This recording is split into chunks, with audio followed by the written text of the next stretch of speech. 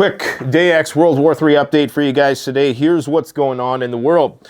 The Kremlin has said that the U.S. hotline to deflate a current crisis is no longer in use. The notorious red line that was used throughout the Cold War is no longer operational. This is an article by Reuters today. Of course, this comes on the heels of the revisions of the nuclear doctrine, as well as storm shadows and ATACMS today, both being fired into Russia and hitting targets, possibly a command center. We'll talk about that in just a moment. Right now, there is preparations for a massive attack. The State Department of the United States has issued a warning and has evacuated its embassy. However, they're claiming that they're going to recommence operations tomorrow. So it's not certain as to what this was all about. Did they have intelligence that Russia was going to attack an embassy, or is this just a setup so a false flag operation can happen whereby pinning the attack by the Russians on the Russians and thereby declaring Article 5, because of course this would be sovereign NATO territory. And this is something that most of us have overlooked, that there are numerous embassies throughout Kiev that were they to come under fire, even if it was inadvertent, then they could potentially use that as justification to invoke Article 5. So these embassies in Kiev have been closed as Russia prepares to launch a major strike on Ukraine. All the signals are there. We have 6 Russian missile carriers currently deployed to the Black Sea, countless amounts of Bear bombers being prepared. Inside Russia, U.S. intelligence services are saying that they are expecting a major strike on Ukraine. Now, because of this intelligence leak, it's quite possible that Russia has decided to postpone their attack. But according to the chairman of the State Duma Defense Committee, Andrei Kartopolov, who's a colonel general, he is saying that Russia is preparing an unprecedented strike, that the United States and its allies' escalation by allowing Ukraine to use long-range missiles on Russian territory are a massive escalation. The strike will be unexpected. As always, let them sit in their holes and be afraid. Well, typically we get some sort of signaling, some movement of planes that lets us know well in advance, at least a few hours, that Russia is preparing these operations, unless they're planning on employing some new technology. And that may well be the case. There are rumors circulating that there's a lot of movement right now of the RS-26 intercontinental ballistic missile that could in fact be used to target parts of Ukraine, even with conventional warheads, although I don't see why they would waste a missile like this that is very expensive only using conventional warheads. What's happening right now is you're seeing a lot of signaling, because we've entered the radio silence phase where NATO is no longer going to be broadcasting its new, more advanced technology that it's going to be sending to Ukraine. We've entered the realm of strategic ambiguity and plausible deniability. So Russia is now going to continue to do this type of nuclear signaling in order to keep NATO on the back foot and aware that at any point in time, we could be in a DEFCON 2 or DEFCON 1 situation. Perhaps this is to induce some level of readiness fatigue, but we also have a Russian airborne nuclear war control plane circling Moscow today. I'm not sure how out of the ordinary this is, if this is something I'm presuming happens quite routinely throughout Russia, but apparently, according to the open source intelligence crowd, this is something which has been happening to a greater degree as of recent. Specifically today, the Russian Tu-214PU, the Doomsday plane, has been active and departing from Moscow, heading towards the eastern sector at the time of 5:15 p.m. Central Standard Time today. So we have a Storm Shadow missile barrage that hit deep inside Russia today, for the first time confirmed inside the Kursk region. This is according to Bloomberg. Multiple news agencies are reporting. So understand the situation that we are currently in. The Russians said if Storm Shadows or ATACMS were used to do deep strikes inside Russia, this would be a violation of our nuclear doctrine. Technically, we've now overstepped a red line, and the ball is in Putin's court. What I don't understand is why Putin would have signed that nuclear doctrine and put it into effect 2 months before Trump entered office, if he truly believed that there was a chance of reconciliation with Trump. And the reason why is this: Putin has basically provided Ukraine the exact recipe that they're going to need to do a sufficient provocation, which could potentially lead Russia to do some attack which is out of the ordinary, possibly using non-conventional weapons that would in fact provide the casus belli for NATO to enter the war in a greater capacity and ensure that Trump, if it is even true that he is going to de-escalate like they claim, will be able to do so. We also have news from a Republican source, I'll share that in just a moment, that indicates that in fact Trump was on board, as I predicted all along, with this move, which is why he has been completely silent with respect to criticizing this use of long-range weapon systems inside Russia. We'll get to that in just a moment, but first, reports are that 12 Storm Shadow missiles have hit inside Kursk at a command center. So you're not going to use these very limited missiles that are limited in supply and are very expensive on low-value targets. The only reason why you would use these missiles is if they were going to work or if you were trying to do a provocation in order to bring Russia to you with greater weaponry. So they're saying that this is a command post.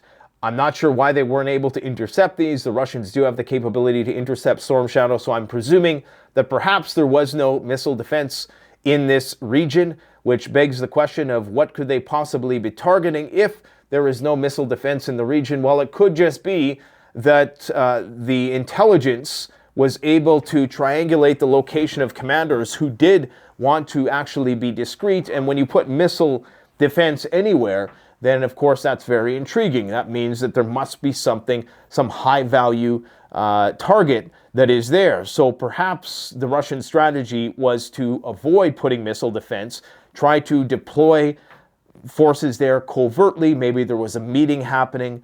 The UK and US intelligence is probably pretty good because, of course, the Ukrainians have their appendages and tentacles very deep into Russian operations as a result of the fact that they're very similar ethnically, linguistically. So spying works in both directions. Russia also has great intelligence on Kiev as well. So there's rumors circulating that there could have possibly been some North Korean generals and intelligence agents in this location, but for all we know, that could just be propaganda. There is another angle of this particular video, and just to confirm that these were in fact missiles and not drones, this is a video which corresponds to the last one. You can hear these things come in. You can tell that's definitely not a drone.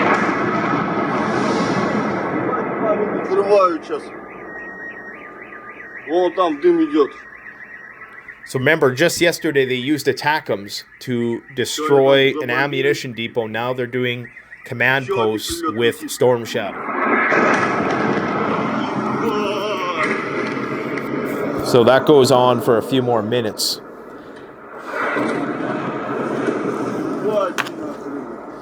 So there's no ambassador in Washington.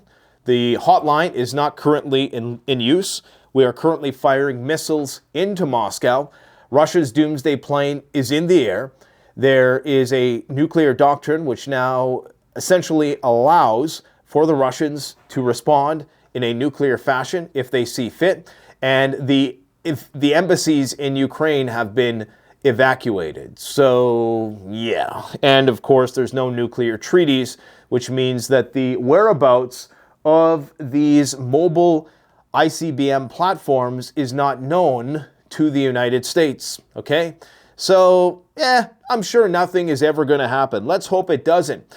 The U.S. has included means of protection against chemical and nuclear weapons in the new aid package for Kiev. Now, this is not the first time they've provided CBRN gear to the Ukrainians. But it's just something else to take note of. The U.S. aid package worth $275 million includes HIMARS rockets, Javelin anti-tank missiles, artillery shells, drones, and more, as well as anti-personnel mines, which of course have been banned worldwide by the Ottawa Treaty, although I don't believe that the United States or the Russians are signatory to this treaty, much like the International Criminal Court. Maybe the Russians and the U.S. deserve each other. Putin has allegedly been absent for 13 days, his longest in 3 years. Now, we hear about this all the time, and no, it doesn't mean Putin is dead, but it could very well mean that he's in a bunker somewhere. But, he could manifest tomorrow, for all we know.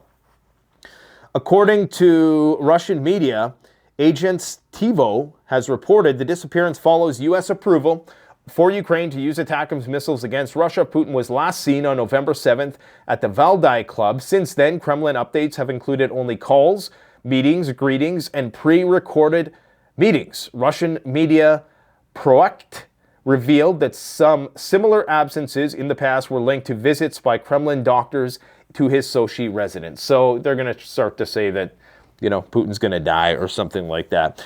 Now, according to Republican Club President Boris Pincus, Trump supported Biden's decision, as yours truly indicated, to grant Ukraine permission to strike deep into Russia. He claims, I have information that during their meeting, Biden shared and discussed this plan with Trump, who subsequently gave a positive response. Remember, Zelensky was satisfied with Trump's response after speaking with him, and he even said that he thought that Trump could bring the war to a close sooner. So, you still think that Putin is awaiting Trump with open arms? Think again. Trump's policy is centered on peace through strength, he added. So, we're going to have to see what the outcome of said policy is going to be. Now, we have some news coming out of Poland and Belarus as well. Let me just see if this is what some people are expecting Ukraine is going to look like when the smoke clears. It's going to be broken into 3 regions. This will be what is known as Ukraine. This, I presume, will be taken over and under the auspices of Poland, or working more closely with Poland because it's mostly Polish-speaking people. At least that's what I've been told. And then, of course, this will be the Russian part of Ukraine. Unfortunately, somebody has to win. As I always say with war, somebody has to win. And there may be a temporary armistice, but things are just going to heat up again. And I can't see the Russians trusting or agreeing to any sort of agreement with the United States or NATO ever again without constantly being incredibly vigilant with any arrangement that is made. So this is just an update from the U.S. Embassy in Ukraine indicating that they've evacuated the embassy. I'm not sure where they've evacuated to. This is a member of the Russian State Duma indicating that a massive attack is inbound.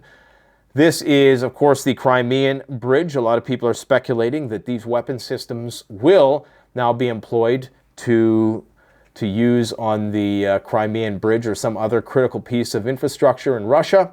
On our phones today in Ontario, I'm not in Ontario, but Canada did a test of its emergency alert system nationwide. This is typical. It happens twice a year, I believe, or once a year. But it was weird that it says presidential alert. So I'm not sure where they're getting this software from. And you can see that this is a test in Ontario, the Alert Ready system. Some people are saying that this is related to current events. It likely isn't. Maybe it is, but it's highly unlikely. I think this was a pre-planned thing. So, I guess it's going to add to the panic a little bit, unfortunately. Corporate insiders are selling stocks at an all-time high as we approach 2025. Target crashed today almost 18%. Looks like more than 8, from 115. Okay, so it went up from 1. It went up. No, this can't be right. So this is looking at the last few weeks, but today it looks like it crashed somewhere in the neighborhood of 20 to 25%. Okay, so that's huge. That signals that we're definitely entering a recession, and it looks like, is this Vince McMahon's wife? She's going to be the... Okay, so let's just talk about Polish news. And it's important because, of course, Polish is on the next front line. If Ukraine fails and that project crumbles, then, of course, Poland is going to war. The Polish Stock Exchange, during the last 3 days, lost 4% in value following the news that NATO was going to start striking Russia. Polish Deputy Minister of Defense, Cezar Tomczyk, in an interview stated that European allies expect Joe Biden to do everything during the last 2 months of his presidency to move Ukraine into a much stronger negotiating position before Trump takes office. He confirmed that the idea of giving the okay for the use of ATACMS inside Russia was made some time ago. Remember, Sergei Lavrov had the same intelligence. The Russians have great intelligence. They know exactly what the West is going to do next, or to a great degree, I would say, because they did predict that the decision was made. It was just a matter of when it was going to be executed. But Biden waited for a pretext like the introduction of North Korean soldiers. Now, I don't know about that. If that was the case, they were talking about North Korean soldiers 2 weeks ago, so they could have done it then. I think it perhaps had more to do with the fact that Russia recently completely gutted Ukraine's power grid. The Polish Ministry of Defense thought about giving out preparedness handbooks like they did in Scandinavia, but they decided not to because it might scare the population and people would perhaps lose faith in the government and the armed forces, so they don't want to incite a panic. And I've always said this, that this is the problem, is that they want people to get mildly prepared, but they want to do it in a way which doesn't trigger a panic. You know, interestingly, one great stimulus would be for the United States in particular, for the government to come out and say, hey, you need to prepare for 30 days. I mean, I don't know what would stimulate the economy more than that. Unfortunately, would also trigger a panic. And with that would come a lot of civil unrest. So you'd likely get a lot of pushback with respect to public foreign policy. And this would just create a lot of disruptions, potentially. And of course, if you are going to be starting World War III, you don't want people clogging the logistical supply lines. So you want panic to be kept at a minimum, which is why they very likely are not going to tell you when shit is going to hit the fan until the very last minute, okay? Publicity was made out of the decision to reopen the Polish embassy in North Korea. Poland is one of the countries which make up the forces of the UN mission, which came into effect in 1953 and supervises the armistice between the Koreas along the DMZ. Although Polish MSM portray North Korea in the most demeaning manner, the reopening of the embassy might signal the need for a back channel in a situation which practically no NATO or EU country currently has representation in Pyongyang. In Belarus, they're claiming that NATO is planning on attacking it. The West plans on attacking 4 territories in the southwest region of Belarus. They reportedly plan on invading the country with armed groups from Poland, Lithuania, and Ukraine. NATO forces will then come in as a backup support, according to RIA Novosti. Now, I'm not sure if this is just Putin feeding Lukashenko bad intelligence to kind of keep him on edge and make sure that he is essentially controlled by Russian interests. I'm not sure if that's the case. Maybe there's some truth to this. It seems like a bit of a stretch to think that NATO would invade Poland at this point in time, but anything is possible. The Belarusian opposition in the West are reportedly planning to attack 4 foreign regions, so we're talking about a partisan uprising here. Armed groups from Poland, Lithuania, and Ukraine are said to be involved, according to the plan. Nationalist gangs would first attack Belarus, followed by the involvement of mercenaries and NATO forces. Polish intelligence services are assisting in training militants for the attack. So that could be the fallback plan as well. If Project Ukraine completely collapses, maybe that's when they're going to play the Belarusian card. NATO is currently investigating the undersea cable that was cut yesterday. Some of the culprits that are suspects are the Chinese and, of course, the Russians, but this could have been a false flag. This could have been an accident. It coulda. So we just don't know just yet. Moscow is now proceeding to seize assets in the same manner that Washington and NATO are doing to it. They've revealed retaliation for Western seizure of its assets. They are poised now to mirror the measures taken for Western investors, according to Finance Minister Anton Selunov. Russia will launch retaliatory measures which mirror the West's expropriation of the country's sovereign assets, they have said. So that's what's going on in the world today. I got to cut it short. No 50-minute diatribes. Just wanted to share that information with you guys today. Keep on prepping. Nothing has changed as far as our point of view. We are still at a very high state of nuclear preparedness and potential for things to go bad. So just keep on prepping, never panic. And if you're a prepper, then you're the last person who should be prepping. Thanks for watching. Don't forget to like, comment, subscribe. If you enjoyed the video, go and check out CanadianPreparedness.com for all of your prepping needs. High value, premium quality stuff. Go check it out.